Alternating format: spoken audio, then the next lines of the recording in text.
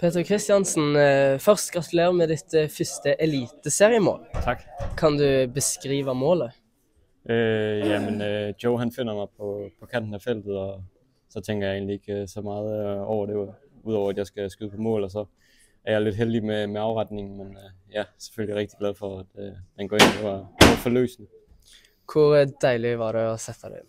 Ja, det var virkelig dejligt. Nu havde jeg en med venstre lidt inden, som gik lige over, så det var virkelig dejligt, at nummer 2 der gik ind. Så ja, super dejlig følelse. Du havde et skud, så var veldig nære før det også. Skulle du haft flere mål i dag? Ja, jeg er lidt skuffet over mig selv, at jeg ikke får sat den inden for rammen, den nummer 2. Det plejer jeg at gøre ellers normalt med venstrebenet, så ja, lidt skuffet over mig selv. Den havde jeg gerne set inden.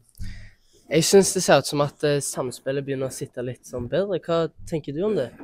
Jamen det synes jeg også. Jeg kommer i mange gode situationer i dag, og jeg synes, at gutterne derinde begynder at lære mig bedre at kende, og jeg begynder at lære dem og hele spilstilen endnu bedre at kende, så forhåbentlig bliver det kun bedre fra nu af. Men alt i alt så bliver det jo 3-3. Hvad synes du om kampen? Jamen en lidt to forskellige dele. En første halvleg, der ikke er så god, og så en anden halvleg, hvor jeg synes, vi spiller rigtig godt og dominerer kampen. Og når vi så går op med kanskje 2-3 minutter tilbage, så er vi selvfølgelig rigtig skuffet over ikke at vinde kampen. Og så er det Tromsø-tur til onsdag. Glæder du dig til den?